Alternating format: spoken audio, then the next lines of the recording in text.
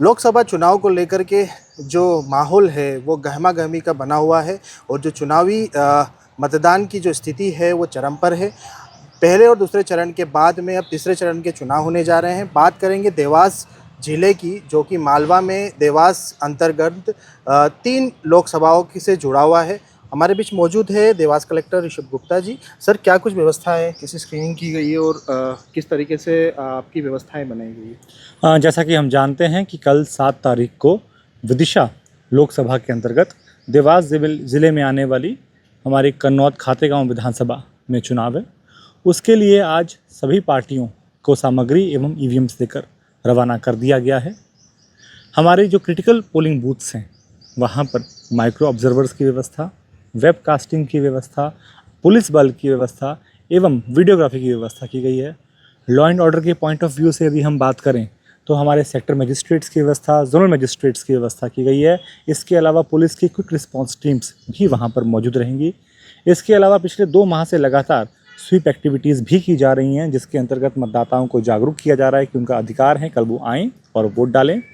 इसके अंतर्गत इसमें ये निवेदन रहेगा कि सभी सम्मानित हमारे मतदाता कल 12 में से कोई एक दस्तावेज़ अवश्य लेकर आएँ, जिसके आधार पर वो वोट अपना कास्ट कर सकेंगे।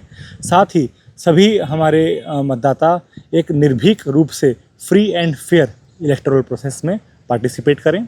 साथ ही जो हमारे पोलिंग बूथ्स हैं वहाँ पर बहुत व्यवस्थाएं की गई हैं ताकि एक कंफर्टेबल सिचुएशन में मतदान हो सके। न केवल वहाँ पर छाँव की व्यवस्था, पीने के पानी की व्यवस्था, दवाइयों की व्यवस्था रहेगी, साथ ही वहाँ पर वॉलंटियर्स को भी लगाया गया है कि जो हमारे दिव्यांग साथी हैं या फिर गर्भवती महिलाएं हैं या अति वृद्ध लोग हैं, उनके लिए वहाँ पर व्हीलचेयर की व्यवस्था के साथ उनको लाइन में खड़ा नहीं रहना पड़ेगा। तो इस प्रकार से सभी सुविधाएं की गई हैं ताकि हमारा एक शांतिपूर्ण मतदान कल हो सके। सर, जिले की 5 विधानसभाओं के बीच में 3 लोकसभाओं के चुनाव यहाँ होने जाना है।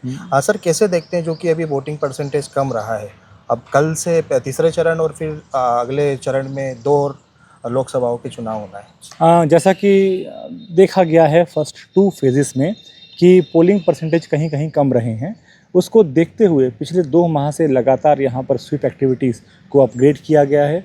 बूथ लेवल अवेयरनेस ग्रुप्स को भी एक्टिवेट किया गया है कि वो घर घर जाएं, लोगों को मतदान का महत्व समझाएं, साथ में ये बताएं कि कौन कौन से दस्तावेज़ नेसेसरी हैं जिसके आधार पर वोट कास्टिंग होगी।